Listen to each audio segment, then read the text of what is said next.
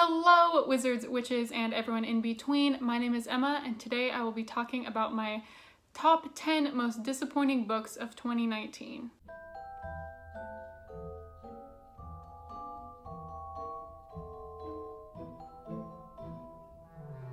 So I was gonna do my worst books of 2019, but there really isn't that many. There's like 2 maybe, but I kind of expected not to love them and I read them anyway, which is my fault. My bad. So I thought it would be more interesting to have most disappointing. So I think all of these books I'm about to mention either got 2 or 2.5 stars. So I did not hate them, but I was just very let down. If any of these books are your favorites, I'm sorry. I wish I liked them. I tried my best. So let's start with the 2 that I do not have physical copies of. And these are in no particular order. The first book would be Sorcery of Thorns by Margaret Rogerson. I really wanted to love this.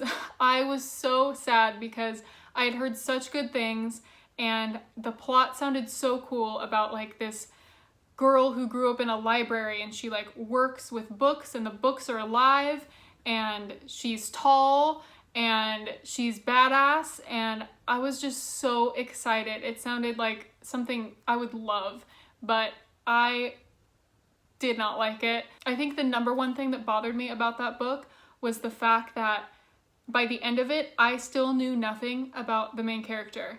I just knew that she was tall and that she liked books. That's it. And that is not enough for me to care. And I didn't like the turns that it took, and it felt really, really long, even though it's not that long of a book.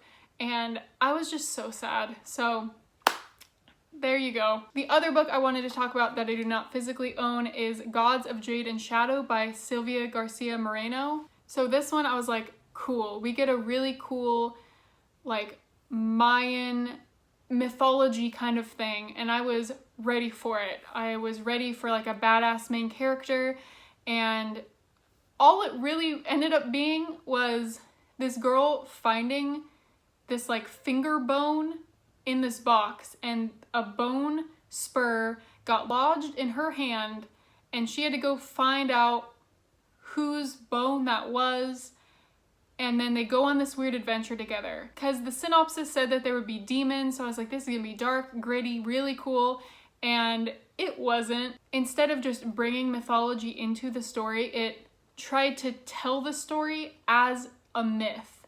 And in myth format, you don't really get to go in depth into things. You know, it's kind of just like a surface level story of like, here's what happened. So it really didn't work. The writing style, I think, is what frustrated me the most, and everything just felt, again, very surface level. All right, next is Animal Farm by George Orwell. And I went into this with high expectations because I love 1984. And I felt very left out because I never had to read Animal Farm in high school or college. And so I just wanted to know because it's referenced a lot. It's a very famous book. And I went into it knowing that it was like a satire, or, you know, it was a book for the purpose of, you know, saying something, making a statement. But even that, and usually I like that kind of thing, it just fell short. It kind of related back to like too much specific history so that I didn't catch all the like history references in this. And then the message it was trying to send, I feel like you didn't need to have this story to send that message. I don't know. I was very disappointed. I don't know. And it was 124 pages and it felt so long. So I'm very sad. And by the way, I still have all of these that I'm about to show you because I may give them a second chance. Like I said, they all got like 2 to 2.5, so I didn't super hate them. So that's why they're still sticking around. Next is Renegades by Marissa Meyer. Okay, if you guys have been with me since like February, March time, I ranted about this book so many times. I really, really did not like it. I had never read a superhero book before, so I don't have anything to compare it to. But I feel like in a superhero book, you need good action sequences. And I felt like we got none of that. And we didn't know any of the characters well enough. and then they had their real name, and then they had their superhero name. And it was so confusing because I was like, well, who is this person? Because there's two names for them, but at the beginning it's like, I don't know who they are. I don't know that that's the same person. And then you had like the two teams, like the Renegades, and I can't remember the name of the other team. But there's this whole like big plot of like who's gonna control the government and stuff like that. And I love Marissa Meyer, I love Heartless, and I love the Lunar Chronicles series, so I really, really thought I would love this, and I really, really, really did not. I know a lot of people do. Funnily enough, I read the second book, Arch Enemies, and I actually enjoyed it. I think I gave it a 4 stars. So when my hold finally comes through from the library for Supernova, the third book in this series, I will be reading it. So it was just this first book that like really, really let me down. Next is The Night Circus by Erin Morgenstern. I know there are a lot of people who hate and love this book. So it was my fault for going into this with high expectations. I just thought, even though I've heard a lot of negative things, I still thought I would really, really enjoy this. And honestly, the atmosphere is the only thing that kept me going with this. I was so confused at the basic plot, like, what is the Night Circus and why? Why is it even a thing? So confused, and they don't tell you the answers to these big questions and like our main character's motivations until the very end. So it's like, why drag it out that long? Because then I'm just confused the entire time. So this book was incredibly confusing. The circus like comes to town, and then you have like jumps in time with these kids like going to the circus, but then you have flashbacky kind of things of like at least 2 characters' perspectives, maybe more, of this weird like magician competition that got dragged out throughout the entire book. And it was like this book was trying to have like 18 different plots, and it just did not come together for me. Next is Siege and Storm by Leigh Bardugo. I recently read the Grisha trilogy, and I really liked Shadow and Bone. Siege and Storm I did not like at all, and then Ruin and Rising was kind of somewhere in between. So this book to me just felt like a classic YA trilogy middle book slump. I felt like nothing happened.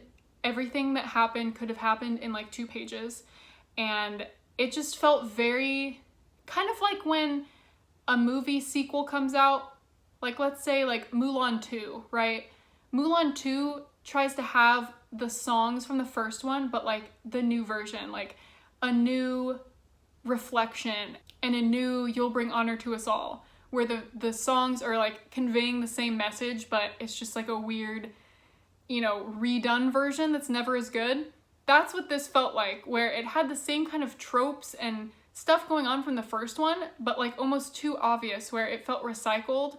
And like I said, it just felt like there was no plot whatsoever. Obviously, I can't tell you what this book is about, but the first book I really enjoyed because, as you all know, I love a good origin story, and it followed Alina, who learns that she has these powers, and she goes and like trains kind of with this, you know, in this whole Grisha universe, and I really, really liked it, but the second book did not do it for me. Next is another book that I know a lot of people actually didn't like, so it was my fault for hyping it up too much in my head, and that is The Hazelwood by Melissa Albert.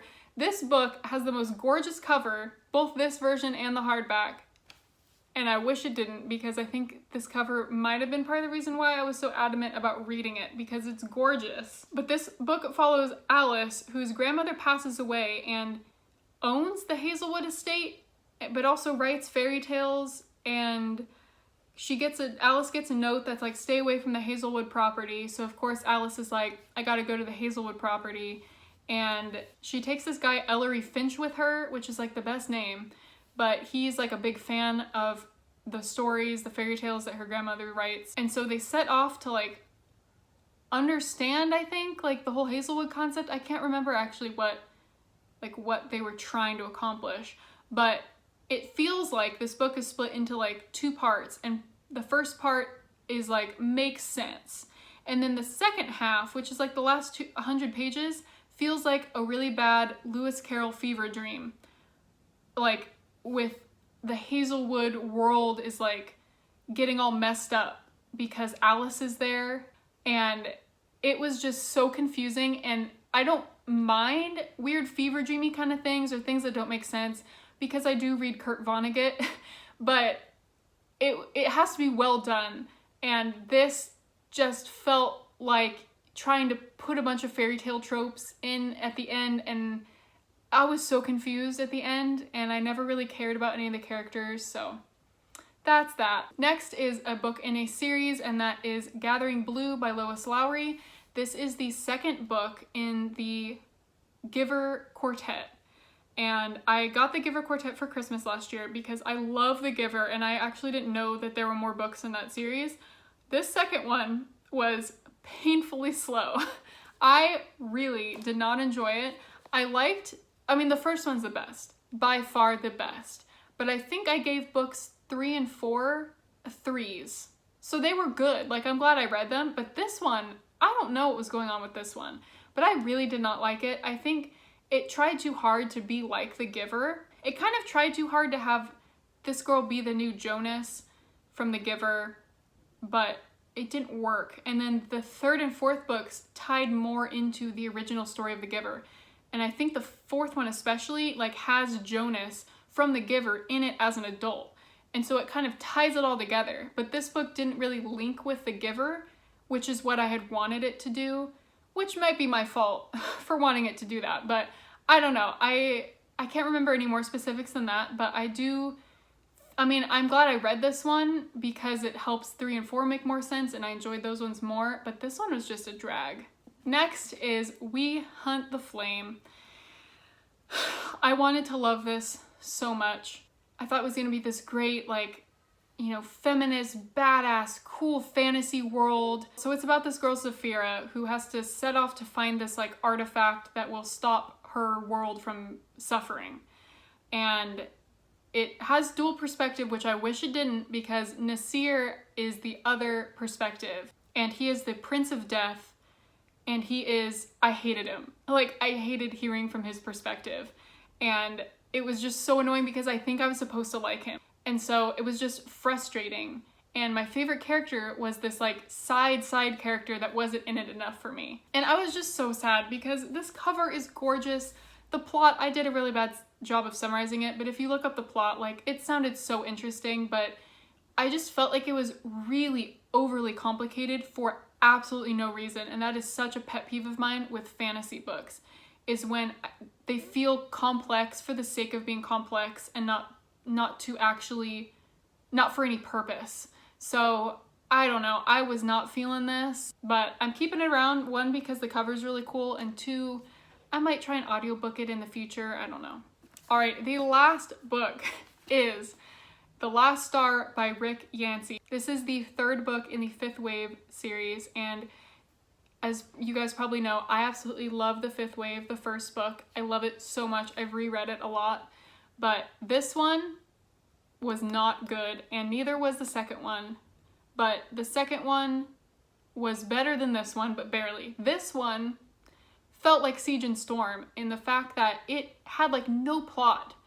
So the 5th Wave could have been a duology, I think would have been best, because this book and the second book together are about the size of the 5th Wave, the first book. So I think it would have been a lot better as a duology.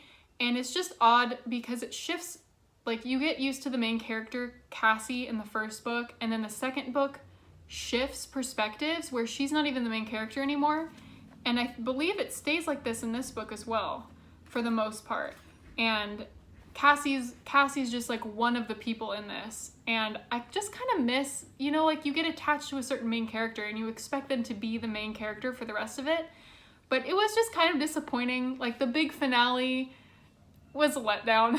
However, if you are interested in, like, kind of like a chill sci-fi thing, I would still recommend the first book. I really, really love the first book, and I kind of pretend like the other 2 don't exist. All right, you guys, those were my top 10 most disappointing reads of 2019. I hope you enjoyed this. I hope you don't hate me. I would love to know what your most disappointing reads were. Either leave a comment down below, or if you filmed a video like this, link it. I would love to watch it. I absolutely love watching these. So yeah, here's to 2020. Hopefully in 2020, I won't even have 10 most disappointing ones. We'll see. I hope you guys are doing well, and I will talk to you next time.